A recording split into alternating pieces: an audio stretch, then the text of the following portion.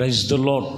మన ప్రభు రక్షకుడైన యేసుక్రీస్తు ప్రశస్తమైన నామములో మా పరమ యెరూషలేం మినిస్ట్రీస్ ద్వారా హృదయపూర్వకమైన వందనాలు. దేవుని కృపా వాత్సల్యతను బట్టి మరొక ఉదయాన్ని ప్రభు మనకు అనుగ్రహించారు. దేవాది దేవునికే మహిమ కలుగునుగాక. మంచిది. పరిశుద్ధ గ్రంథములో నుండి దేవుని వాక్యము, కీర్తనగారుడు రాసిన కీర్తనలు 131వ కీర్తన 3వ వచనం. ఇశ్రాయేలీలు ఇది మొదలుకొని నిత్యము యెహోవా మీ యొద్దన ఆశ పెట్టుకొనుము, యెహోవా యొద్దే మీరు ఆశ పెట్టుకొనుము. ఈ వాక్యములో యెహోవా మీదనే ఆశ పెట్టుకొనుము. ఇశ్రాయేలీలు ఇది మొదలుకొని నిత్యము యెహోవా మీదే ఆశ పెట్టుకొనుము. చూడండి, చాలామందికి ఆశలు ఉంటాయి. ఆశలు అనేది కోరికలుగా ఉంటాయి. దేవుని యొద్దకు వచ్చేవాళ్ళు కొన్ని ఆశలు పెట్టుకొని వస్తారు. ఆశలు పెట్టుకొని తర్వాత వాళ్ళు కోరుకున్నది దొరికిన తర్వాత దేవుడికి దూరం అయిపోయిన వాళ్ళు కూడా లేకపోలేదు. ఇక్కడ ఈరోజు వాక్యం చెప్తున్న మాట, దేవుడి మీదే నువ్వు ఆశ పెట్టుకోవాలి. దేవుడు చెప్పిన మాటే నాకు ఆశ, అదే నా శ్వాస. ఎప్పుడైతే నువ్వు తీర్మానం చేస్తావో, ఇక్కడ చెప్తున్న మాట, వారి యొక్క ఆశలు నెరవేరుస్తాడు ఆయన. ఖచ్చితంగా వాక్యం చెప్తున్న మాట, దేవుడి మీదనే ఆశ పెట్టుకో. ఎందుకు చెప్తున్నారు? వాక్యము చాలా జాగ్రత్తగా వినాలి. లోకపు ఆశలు ఉన్నాయి. లోకములో తన ఇష్టం వచ్చినట్లుగా ప్రవర్తిస్తుంటారు. తను ఆశిస్తుంటారు, నేను ఇలా ఉండాలి, నేను ఇలా ప్రవర్తించాలి, నేను ఇలాగ గడపాలి, నా కోరికలు తీర్చుకోవాలి, నా వాంఛలు తీర్చుకోవాలి. ఒక్క మాట గుర్తుంచుకోవాలి. దీనికి అనుకూలముగా యెషయా గ్రంథములో 5వ అధ్యాయము 14వ వచనములో మనం చదువుతాం. అందుచేతనే పాతాళము గొప్ప ఆశ పెట్టుకొని, ఇదిగో అపరిమితముగా తన నోరు తెరిచి ఉన్నది. చూసారా? పాతాళానికి కూడా ఒక ఆశ ఉంది. నరులకు భూమి మీద ఆశలు కల్పించి సాతానుడు, ప్రియమైన దేవుని బిడ్డలారా, వాళ్ళ మీద ఏలుబడి చేయటానికి, ఇదిగో పాపం అనేది చూపించి, అక్రమం అనేది చూపించి, వ్యభిచారం అనేది చూపించి, దొంగిలించటం అనేది చూపించి, ఇదిగో అనేకమైనటువంటి విషయంలో కొన్నిటికి బానిసలుగా చూపించి, భూమి మీద ఉండగానే వాటి మీద ఆశ చూపిస్తుంటాడు అపవాదైన సాతాను. ఇక్కడ కూడా మరి పాతాళము నోరు తెరుచుకొని ఉన్నది. నోరు తెరుచుకొని ఆశతో ఉందంట. ఆశతో, ఇదిగో ఈ వ్యసనాల్లో ఎవరైతే పడిపోతారో, ఎవరైతే ఈ బలహీనతల్లో పడిపోతారో, ఎవరైతే ఈ బంధకాల్లో పడిపోతారో, అట్టి వారు పాతాళములోనికి వెళ్ళి, మరి వాక్యము చెబుతున్నటువంటి విషయంలో, లాజరేమో ఏమీ లేనటువంటి దరిద్రతలో ఉన్న దేవుడి మీద ఆశ పెట్టుకున్నాడు కాబట్టి తండ్రి అయిన అబ్రహామును కుడిపాశమున ఆయన ఆనుకొని జీవిస్తున్నాడు. కానీ మనం గమనించినట్లయితే ధనవంతుడు తన ఇదిగో ఓదా రంగుల వస్త్రములు వేసుకొని ఊపిరాడినంత తిండి తింటున్నాడు. తిండి మీద, వస్త్రాల మీద, లోకం మీద ఎంతో ఆశతో ఉన్నాడు. కానీ పాతాళము నోరు తెరిచి ఎక్కడున్నాడంట? పాతాళములో ఉన్నాడు. అక్కడ అంగలార్చిపోతున్నాడు. కాబట్టి వాక్యం చెప్తున్న మాట, దేవుని మీదనే ఆశ పెట్టుకొని ఉండుము. లోకము మీద ఆశ పెట్టుకున్నట్లయితే పాతాళము మనుషుల మీద ఆశ పెట్టుకొని ఉన్నది. ఇదిగో వాడు వశపరుచుకోవాలని సాతానుడు ఎవరిని మింగుదామని భూమి మీద తిరుగుతున్నాడు. ఇదిగో వాక్యం చెప్తున్న మాట అదే.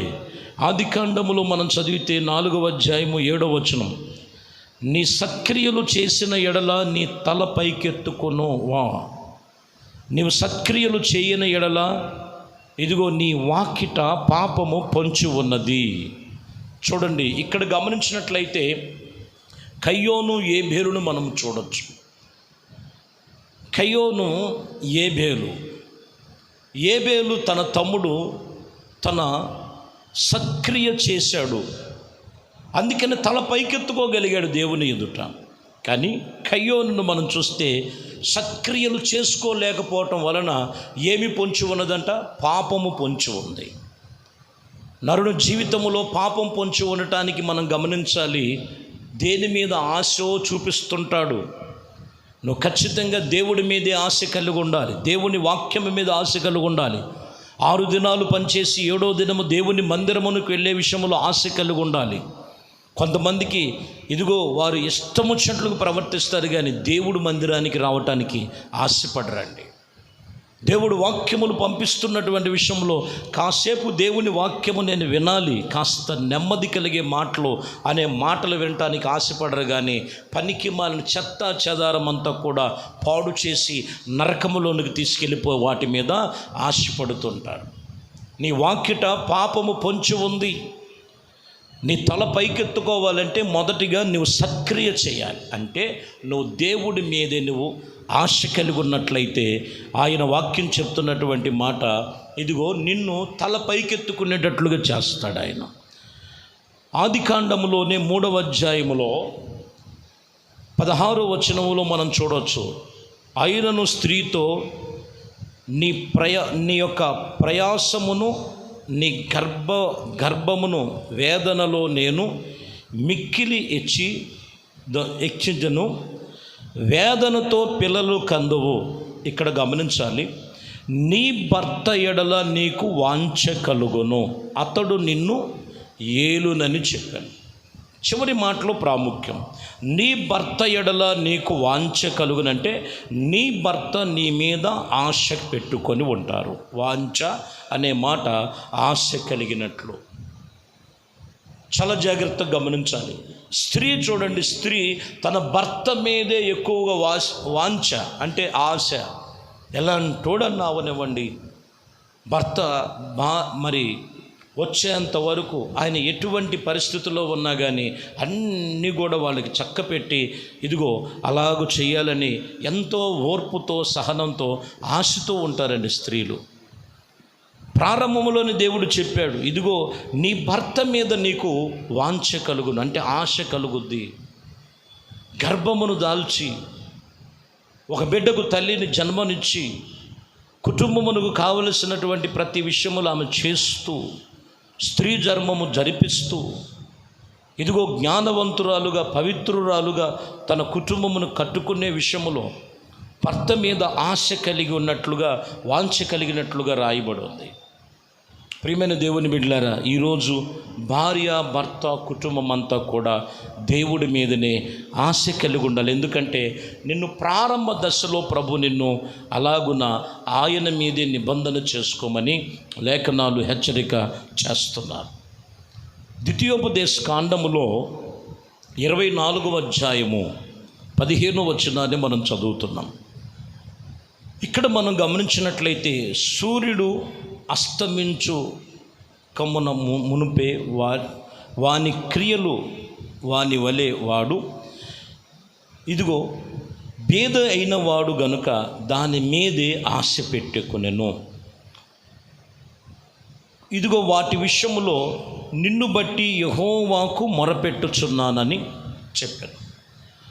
ఈ వాక్యములో ఉన్న ప్రాముఖ్యమైన విషయములు మనం చూస్తే పగలంతా పనిచేసి సాయంత్రం అయ్యాలకే తన జీతము తన కూలి తనకిచ్చినటువంటి కొందరు వారానికి తీసుకునే వాళ్ళు ఉంటారు, కొందరు నెలకి తీసుకునే వాళ్ళు ఉంటారు, కొందరు రోజువారీగా ఉంటారు, కొందరైతే సంవత్సరానికి తీసుకునే వాళ్ళు ఉంటారు. ఏదేమైనప్పటికీ భేదుడైన వాడు ఇదిగో అతనికి వచ్చేటువంటి జీతము మీద ఆశ పెట్టుకున్నట్లుగా యెహోవాకు మొరపెట్టినందున దేవుని వాక్యం చెప్తున్న మాట.